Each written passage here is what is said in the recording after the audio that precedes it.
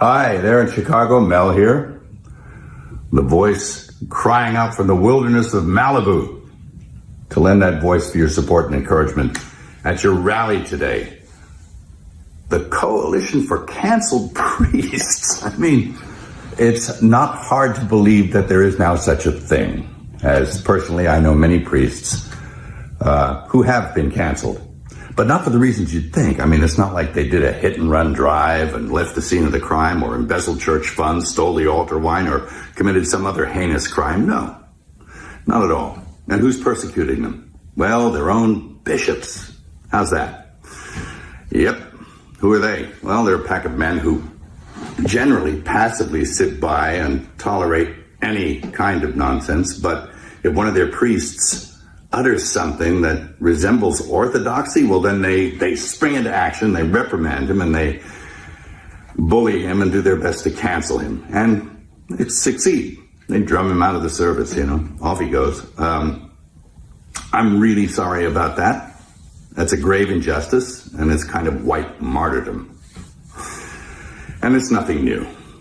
It really isn't. It's nothing new. And it's a symptom.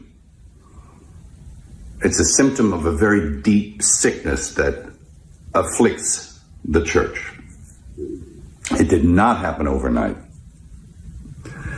If anyone's familiar with the missives of Archbishop Vigano, he says that the seeds of erosion of the church were sown with the reforms of Vatikan II, and I agree with him. He suggests even that we scrap the whole thing and go back and do it the way it was before.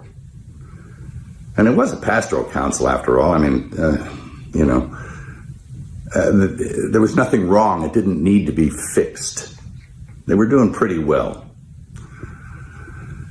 At any rate, and I've had my own run-in with the bishops. I mean, who are they? Well, I remember when I directed The Passion, I went to the USCCB to get support for the film. And those men couldn't get away from me fast enough. And all but a few of them turned their back on me. And it was pretty telling about who they were. A pretty insipid bunch. And it doesn't look like anything's changed. Geez, I remember back in the 70s,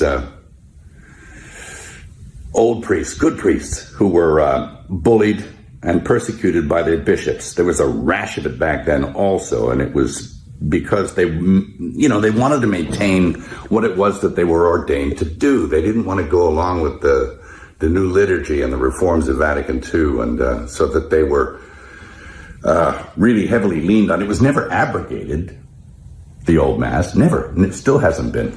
You can't. It's protected by quo primum. But they were bullied and badgered and put in insane asylums, and it was pretty sad to watch. And this kind of thing is now happening again. So, and how are we supposed to know the good guys from the bad guys? Well, we were given a standard by which to judge them. By their fruits, you'll know them. By their fruits. Anybody seen any good fruit lately? Well, it's tough. And look, I'm a pretty sinful guy. I mean, I'm as venal as the next guy. But I know the difference between a shepherd and a hireling. And I think that the vast majority of these bishops are just a bunch of hirelings. And my question is, who's hiring them? I don't think it's Jesus. Is it Francis? Who's hiring Francis? Is it Pachamama? I mean, I think you need to look at the whole institution. And, I'll quote Archbishop Vigano again in saying that he believes that there was a parallel counterfeit church set up to eclipse the real one. He's suggesting usurpation or an inside job. It seems that way. Anyway, of course we know the gates of hell will not prevail against it. The victory is God's, not ours. And it will flourish if we keep it in our hearts. It can flourish in our hearts and keep the faith. And that's what's going to happen. That's what I encourage you to do.